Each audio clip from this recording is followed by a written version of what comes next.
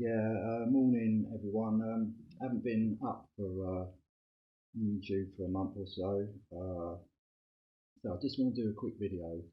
And what reminded me of the video was I was watching telly today, and I was watching the news, and I heard about that guy that just walked across Africa, and he had a gun put in his face. He's doing this mega marathon for charity, and he raised £750,000. So well done to him. But you don't have to go to Africa uh, to have a gun put in your face.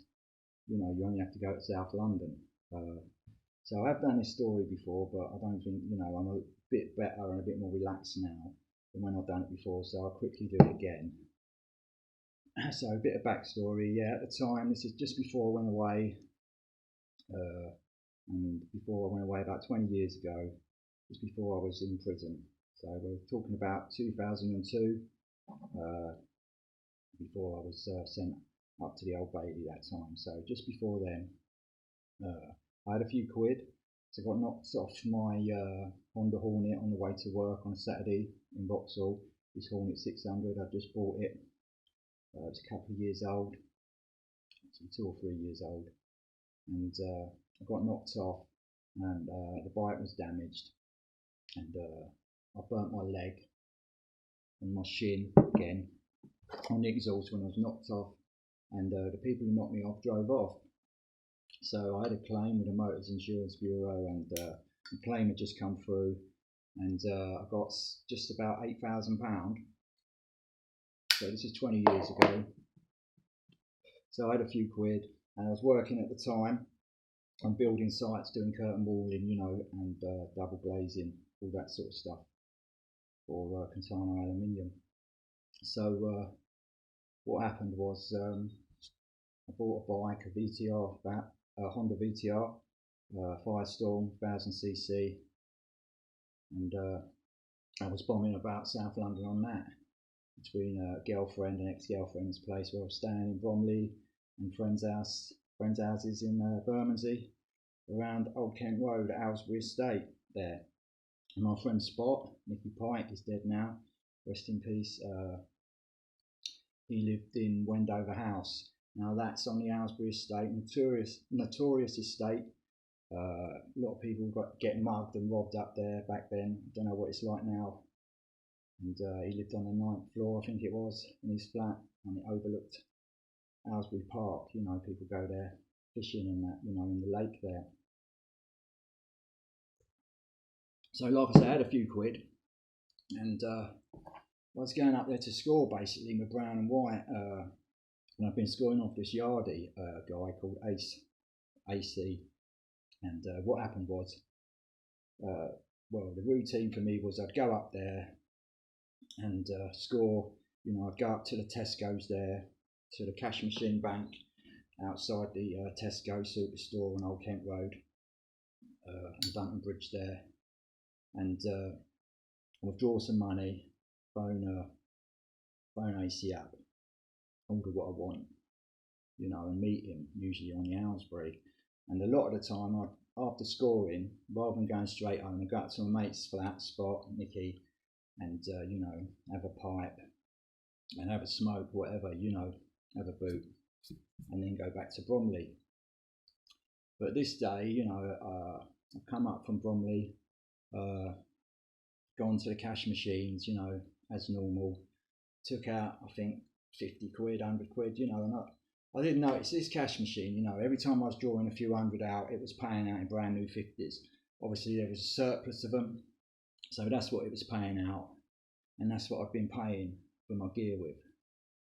So this day I've drawn out some 50s, phoned AC, said, yeah, I'll meet you in half an hour, whatever, so I've gone up to Spots and waited for him. And I didn't feel too good, probably had a bit of a draw and that, so I said to Nicky Pike, why don't you go and meet him? I'm sorting you out. You pick up the bags and I'll wait here because I don't feel too good. And usually he'd do all the running about, because I was sorting him out for nothing, and a lot of the time. And this time he said, no, I don't want to go. And I thought that was weird in itself, but I let it go. So I went instead. I went to the next block from Wendover, you know, come down in a lift or whatever, or the stairs, can't remember. Walked up to the next block through the walkways, can't remember what the next block's called now because it's a long time ago. But I'd arranged to meet him on the certain floor, 5th or 6th floor or whatever. So, oh yeah, I did forget to say, by this time I'd sold the Firestorm at this little bike shop in Wimbledon. I had this old Vauxhall Astra, this sky blue Vauxhall Astra. So I've come down from Spots, driven a car up the road actually, and parked it by the next block. So yeah, I've got my keys, got the cash, and I've walked up, you know, gone up into the lift or whatever to the 5th floor, whatever it was. And when I got up there was a couple of people I knew waiting. Colin was there, Colin Nazar, Clumsy Colin, and I went, all right, mate, you know, and I said, you waiting for him? And he went, yeah. They went, yeah. So a few minutes had gone by. We're all waiting there in the stairwell, you know, and basically Acey's turned up and they've run to him first and got theirs, and then I've gone over to him. And as I've gone to hand in the money, I've got the car keys in my hand. Instead of just giving me the gear, he's pulled out a gun, a revolver, and he had it in my face like that, you know, literally about a foot away from my face, if that, you know. And I've gone, whoa, like that. What's going on? And he said, you've been giving me dodgy £50 notes. And I went, what? Before I could say anything, he's took the car keys out my house, out my hand, and the money that I had in my hand, about 50 quid or whatever, 100 quid, I can't remember. And basically said, go on, go. So I thought, fuck that, I'm going. So I've literally bolted down the stairs thinking I'm going to be shot, you know.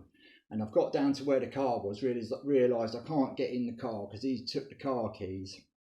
And I phoned Spot because I had my mobile in my pocket. He never took that. I phoned him and I told him what had happened, you know, and to come down quick.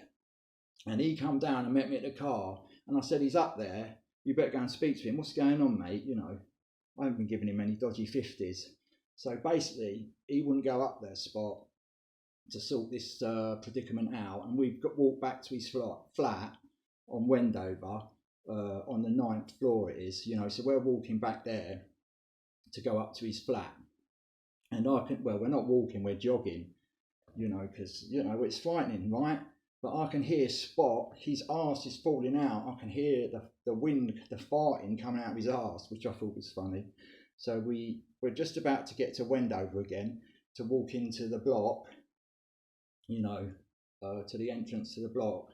And there's Acey again, you know, hiding behind, standing by a little wall, and we see him. So instead of going back into Spot's flat, we ran over to Aylesbury Park.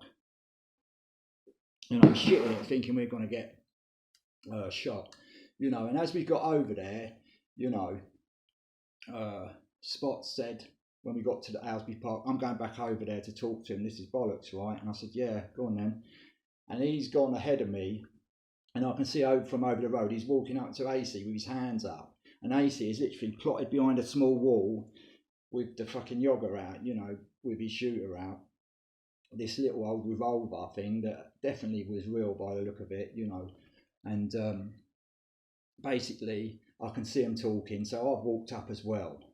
And basically, we're chatting, and it all turned out, well, it was over. Somebody had been giving Acey, when they've been scoring, been giving him dodgy £50 notes. And because I've been spending a lot of £50 notes recently, when it had come on top, they put my name up for it. You know, even though the 50s that I've been spending were legit, you know, so that wasn't very nice of them, was it? So, you know, so basically, all this was explained, and Spot said, look, it's got nothing to do with Sean, you know, he wouldn't have done that and all that. And I said to him, you know, I've got a few grand in the bank, you know, I've been spending 50s for weeks off with £50 notes for weeks with you, you know. And basically he apologised, give us the amount of gear and what the brown and white we wanted and something on top, and was really sorry about it, give me my car keys back, you know, and that was that. But Spot was saying he knew it was, and he told him, you know, it was a geezer called Peter. His old man had access to a load of forged 50s, and he was getting them off his dad, his gangster's son. You know, he's well known around there, called Peter, and he used to be on the Brown Heavy and that. And basically, yeah, it come on top for him, and they put my name up, you know. But I was really lucky to not get shot in the face and killed that day. So yeah, guys, I'm just gonna leave it at that. Just shows you how dangerous how dangerous that life can be, even if you haven't done anything wrong. You know, going to these estates and scoring drugs and that, you know, anything can happen at any time. So that's the story, guys. I hope everyone's well, and I'm okay, and I'll speak to you all soon. Thanks a lot. Cheers.